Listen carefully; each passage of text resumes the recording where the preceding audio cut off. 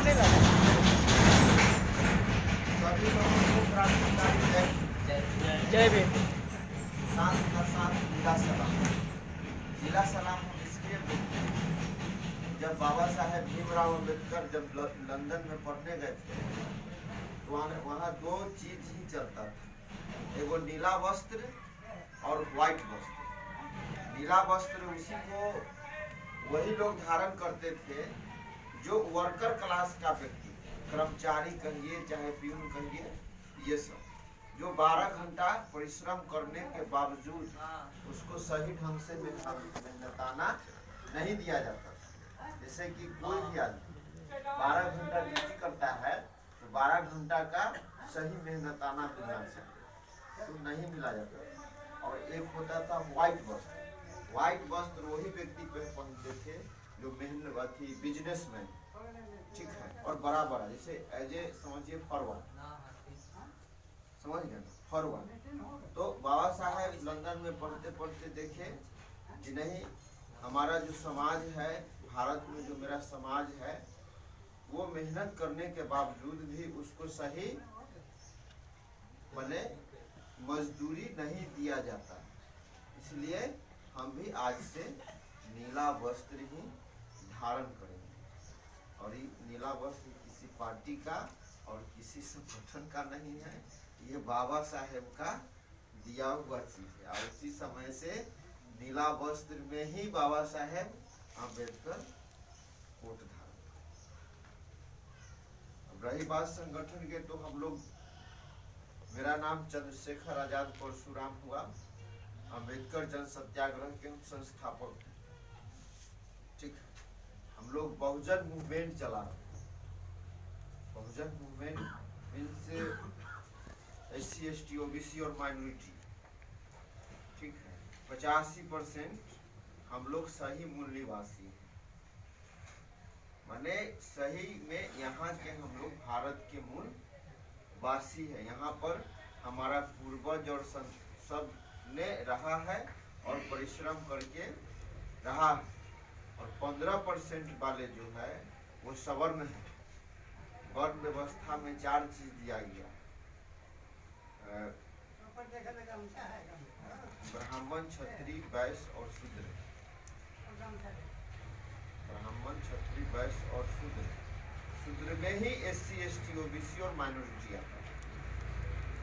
और ब्राह्मण में ओनली ब्राह्मण आता है, क्षत्रिय में राजपूत आता है और वैश्य में तेली आता है। तो वर्ण व्यवस्था के अगर तहत हम लोग चलते हैं तो हम लोग को घर में रहने का भी अधिकार नहीं, पढ़ाई करने का भी अधिकार नहीं, पैसा रखने का भी अधिकार नहीं,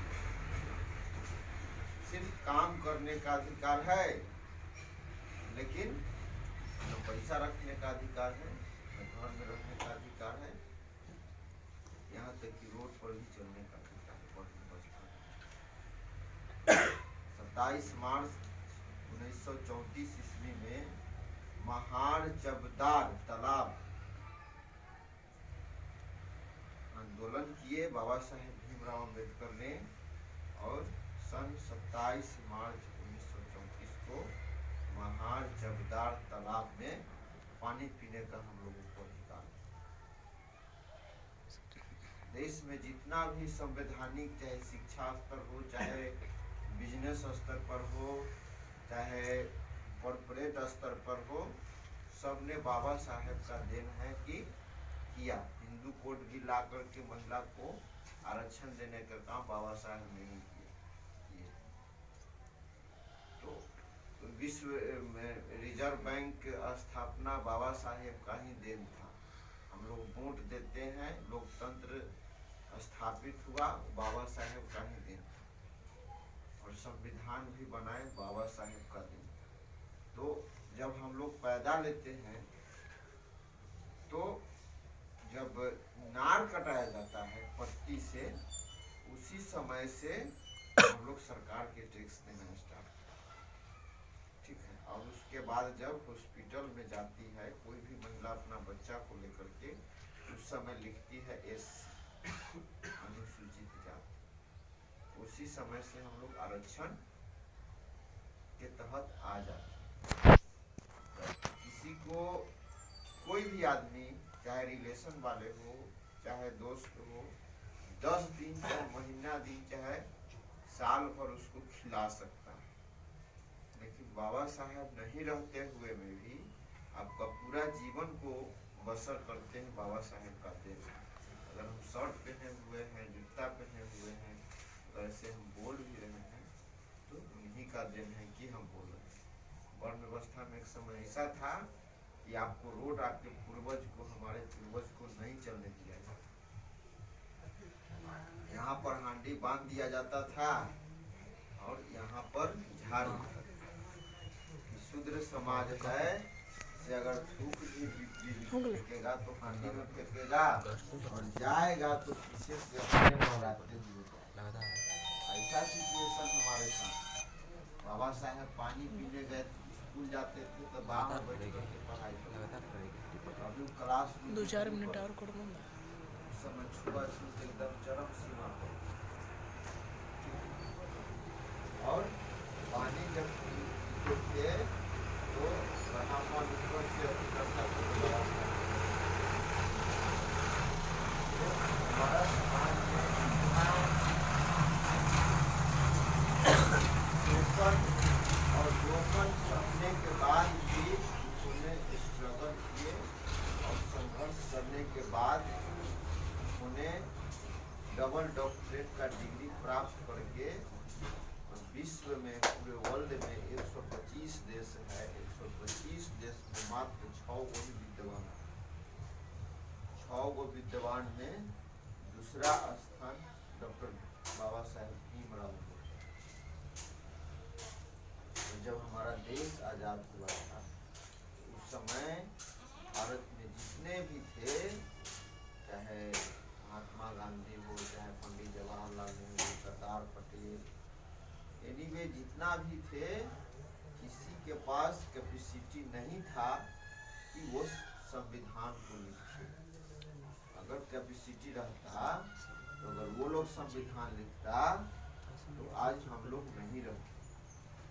तो बाबा साहेब ने जितना शोषण करे वो किताब के मार्फत संविधान में सारा बात हो। जब सारा बात हुई तब उनको संविधान लिखने में 2 साल 11 तब जाकर संविधान बना और संविधान लागू भी। लेकिन आज के डेट में अगर एक दिन अगर सही से संविधान अगर सरकार चला लेती है तो देश बहुत उन्नति करेगा और बहुजन के हक में सारा फैसला। एक दिन अगर सरकार चला लेवे संविधान बाबा साहेब के स्तर से ये हो। और अब तो संविधान खतरे में, संविधान को खत्म किया जा रहा है। सारा चीज है, एयरपोर्ट बिक ही गया, रेलवे बिक ही नहीं के कगार पर है, BSNL बिक ही गया। लगभग जब सारा संस्थाएं बिक जाएगी, देश में सबसे अगर बड़ा कोई अगर सर्विस देने का कोई सेक्टर होता है तो रेलवे डिपार्टमेंट। रेलवे इतना कोई नौकरी नहीं। और अगर पूरा से पूर्ण रूपेण बिक जाएगा तो सब चल जाएगा ब्राह्मणवाद के। ब्राह्मणवाद के हाथ में चल जाएगा तो आप लोग हम लोग किसी भी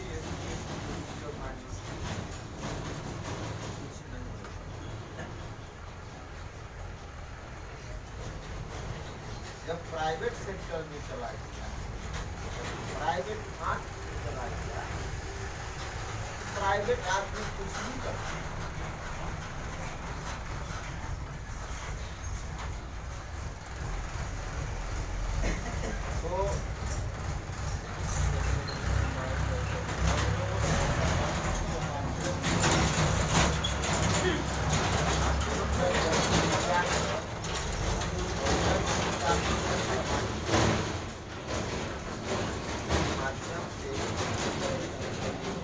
समाज को